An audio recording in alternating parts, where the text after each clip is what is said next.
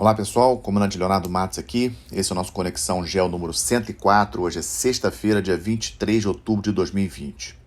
Eu começo o nosso Conexão de hoje falando sobre o debate dessa quinta-feira, o último debate presidencial. Tenho já falado já há bastante tempo que as eleições americanas são importantíssimas para o ano, né? Lógico que nós estamos aí super envolvidos com a questão do coronavírus, mas as eleições presidenciais dos Estados Unidos são muito importantes, obviamente, país mais rico, militarmente mais forte do mundo. E no debate de ontem, um debate mais civilizado comparado com o primeiro debate, a minha percepção é de que o Trump não estava tão firme como estava no primeiro. Lógico que o primeiro ele estava muito agitado e muito duro com relação ao Biden. Ontem continuou também procurando buscar questões aí pessoais para atacar o Biden, mas no total eu não achei o Trump nas questões propostas tão firme como em outras ocasiões. Achei que o Biden respondeu bem a várias questões. Em relação à parte internacional, a China é um assunto já bastante claro para os dois candidatos, ou seja, a China continuará sendo o grande rival dos Estados Unidos por todo esse século. Isso aí tanto democratas como republicanos, não tem diferença. Na questão da Coreia do Norte, o Biden foi firme com Trump, dizendo que a postura dele em relação ao Kim Jong-un não foi positiva, porque a Coreia do Norte continuou desenvolvendo seus armamentos. Inclusive vimos isso recentemente no desfile aí dos 75 anos do Partido dos Trabalhadores lá da Coreia do Norte. O Trump tentou se defender, dizendo que evitou uma guerra, etc., protegendo as tropas e a presença de americanos na Coreia do Sul, no Japão, mas realmente não é muito convincente. A Coreia do Norte, ela, nesses 4 anos, na prática, acabou não tendo nenhuma grande modificação, continua sendo aí a maior ditadura do planeta e a política do Trump não conseguiu resolver esse problema. Com relação à Rússia, aquela questão que eu sempre falo, né? O Trump tinha como política tentar atrair a Rússia para o lado do Ocidente, ou seja, cortar os laços da Rússia com a China. Eu acho essa uma política correta. Esses laços da Rússia com a China, obviamente, não ajudam os Estados Unidos nessa disputa aí pela hegemonia global com os chineses.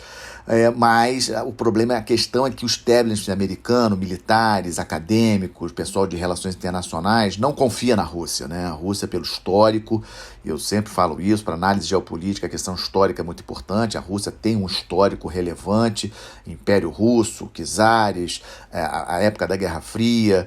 É um dos países talvez mais que tem um pensamento geopolítico muito forte. O Putin é um líder aí em termos geopolíticos assim muito preparado e o establishment americano, a elite americana duvida muito da Rússia. Então o Trump teve que, principalmente nessas eleições, mudar um pouco o seu jeito em relação à Rússia. Vocês se lembram que o Trump, por exemplo, reuniões do G7 no Canadá, reunião do G7 na França, falou claramente da ideia de trazer a Rússia para formar novamente um G8. Isso aí ficou claro nos encontros que ele tinha com o Putin. Era clara a boa relação pessoal que os dois possuem, mas a elite americana ela não compra essa ideia, e o Trump agora nas eleições, percebendo isso, tentou voltar atrás, tentou mostrar que ele é forte com a Rússia, impondo sanções econômicas, as questões aí com a Rússia, mas na prática, nesses 4 anos, difícil de convencer.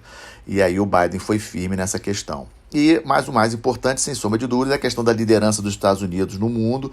O Trump abriu mão dessa liderança, claramente, com a ideia do America First, e num mundo tão complexo, com tantas questões globais, todos sabemos que não existe um presidente do mundo, uma constituição do mundo. Então os países mais militarmente, economicamente mais fortes precisam se posicionar nessa posição, digamos assim, de liderança global. Os Estados Unidos do presidente Trump abriu mão e o Biden fala exatamente o contrário. Diz que os Estados Unidos vão retomar a sua posição de liderança, vão reatar os laços com os aliados. Outro erro que eu considero da política externa do Trump, as brigas que ele comprou com a Europa, principalmente, desentendimentos com o Japão, com a Coreia do Sul, etc., em questões aí, várias questões, trazendo uma dúvida, digamos assim, uma suspeita em relação aos Estados Unidos, assim, diminuindo o grau de confiança dos países, de uma maneira geral, em relação aos Estados Unidos do Trump, o que eu acho que é um elemento de fraqueza nessa oposição à China, né? Os Estados Unidos agora precisam de todos os aliados que ele puder angariar contra a China. E aí essa postura do Trump ao longo desses 4 anos não foi positiva e o Biden também nesse aspecto mostrou firmeza. Todos os institutos de pesquisa apontam a vitória do Biden com uma margem de 9, 10 pontos de diferença. Eu sei que também tivemos erros na última eleição, que apontavam que a Hillary iria ganhar, etc. Vamos aguardar ainda, mas lembrando que 40 milhões de americanos já votaram pelo correio e eu acho que realmente, pelo debate de ontem, estou achando o Biden mais firme, ele estava mais firme ontem, respondendo com mais, digamos assim, objetividade às questões levantadas, e o Trump muito preocupado em atacar o Biden em vez de responder às questões. Vamos aguardar, mas hoje eu diria que eu estou inclinado a achar que o Biden realmente tem mais chances de vencer do que o Trump, inclusive por uma margem que não venha a ter nenhum problema pós-eleição, que era uma preocupação aí que muitos tinham, que o Trump não aceitaria o resultado da eleição, etc, etc. Segunda parte do nosso Conexão é a parte relativa ao coronavírus, de dado que eu chamo a atenção, a segunda onda na Europa, França e Espanha ultrapassando 1 milhão de casos.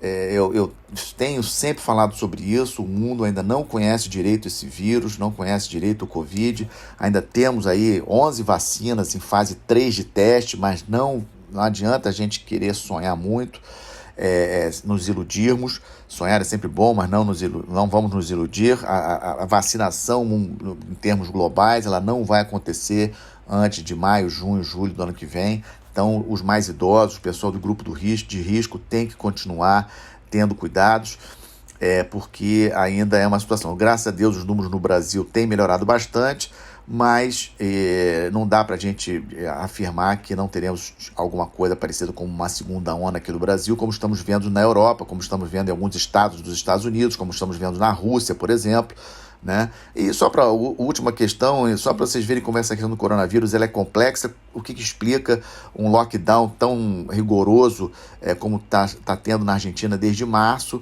A Argentina já ultrapassou 1 milhão de casos do coronavírus, né? E aí, ou seja, mesmo com lockdown, não foi suficiente para segurar o número de casos na Argentina. Então, assim, é ainda um vírus difícil de avaliar e temos que tomar ainda as nossas precauções. Na parte de disputas hegemônicas, terceira parte do nosso boletim, a questão da Bielorrússia continua inalterada, protestos ocorreram no domingo.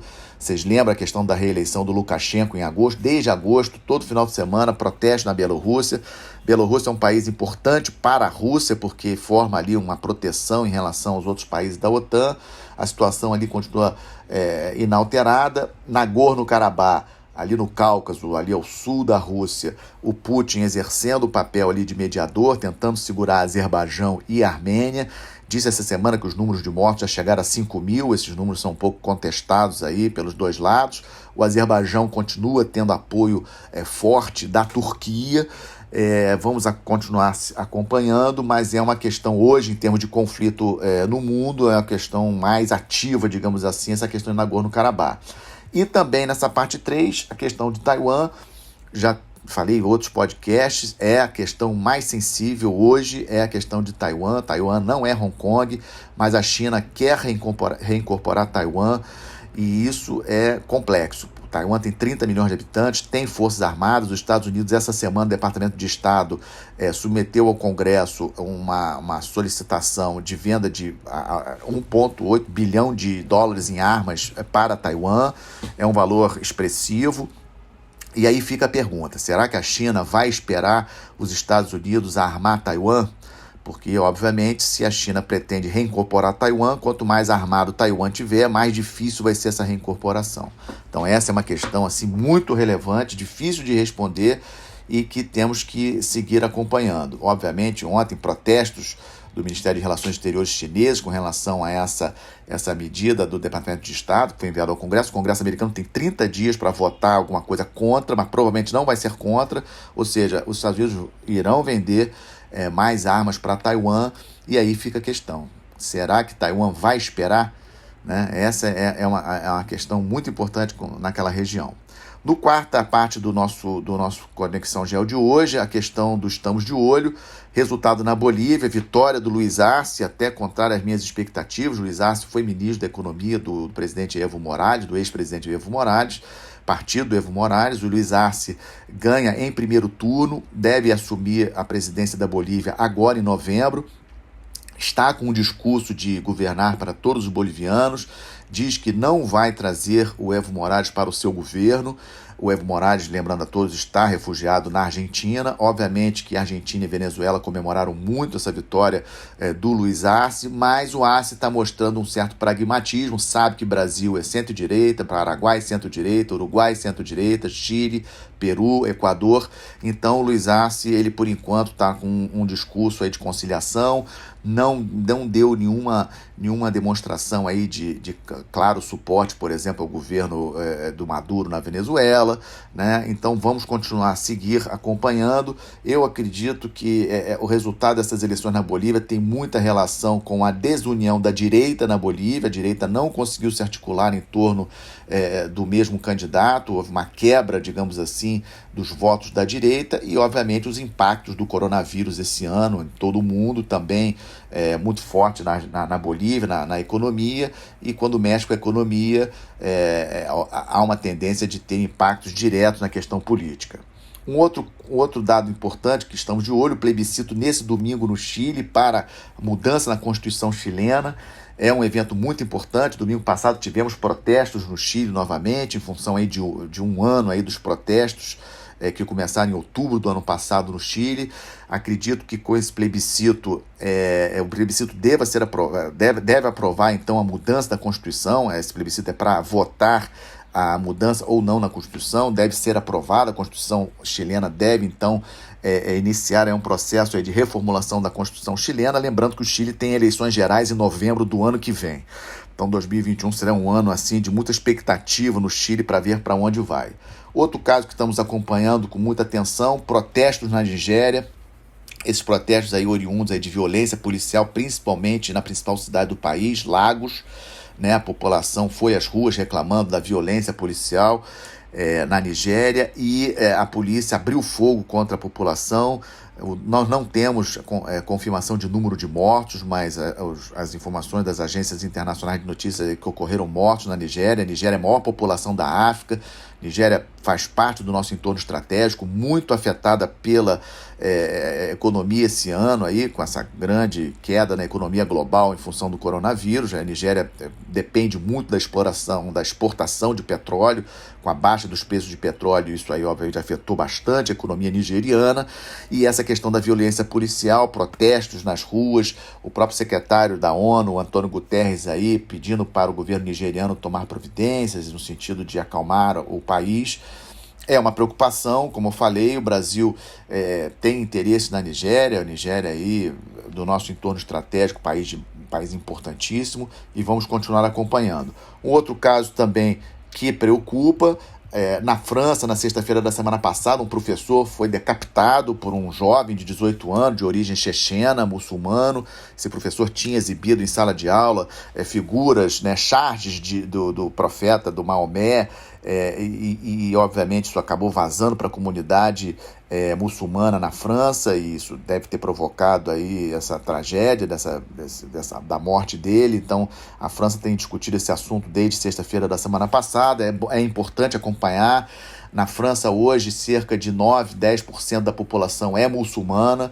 É uma minoria importante, uma minoria que tem voz na França, e obviamente que esses eventos aí também, digamos assim, inflam várias discussões, né, dentro do país, e vamos seguir acompanhando. No Líbano, escolha do novo primeiro-ministro, Saad Hariri, que já foi primeiro-ministro 2 outras vezes. Ele renunciou ao mandato a última vez em janeiro deste ano.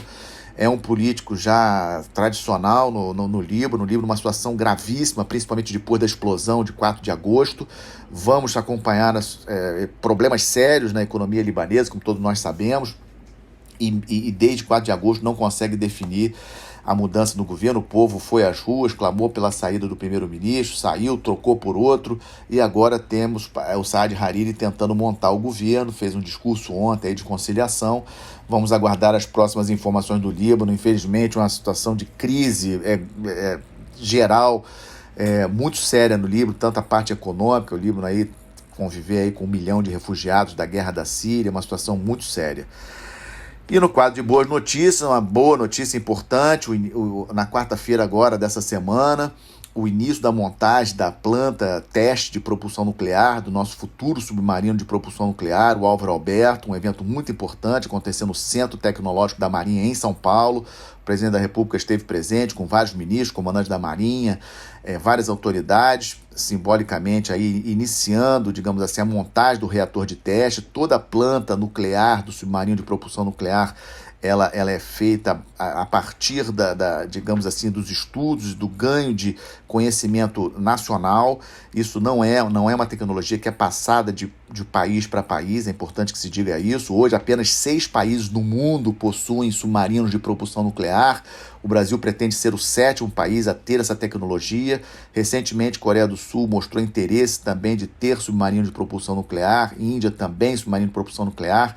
A grande vantagem é a velocidade, é a possibilidade de ficar mais tempo em operação sem precisar reabastecer, como é o caso dos submarinos convencionais, que tem óleo diesel. Então, o submarino nuclear para o Brasil, que tem aí a nossa Amazônia Azul, aí 5,7 milhões de quilômetros quadrados para poder patrulhar essa Amazônia Azul, é realmente importante. Nós temos um submarino com essa propulsão, mais velocidade, capacidade de patrulhar toda a nossa área. Estados Unidos, por exemplo, só tem submarino de propulsão nuclear. A França só tem submarino de propulsão nuclear. Reino Unido só tem submarino de propulsão nuclear. Por que o Brasil não pode ter um submarino de propulsão nuclear? Mas não é fácil, não é simples, ninguém transfere essa tecnologia. E o início agora dos testes, da montagem do reator teste lá em São Paulo, que vai simular toda a planta do nosso futuro Álvaro Alberto, nosso submarino Álvaro Alberto, é sim uma excelente notícia, e é com ela que eu fecho o nosso Conexão Geo número 104, desejando a todos um ótimo final de semana, uma boa semana e até a próxima sexta-feira. Obrigado.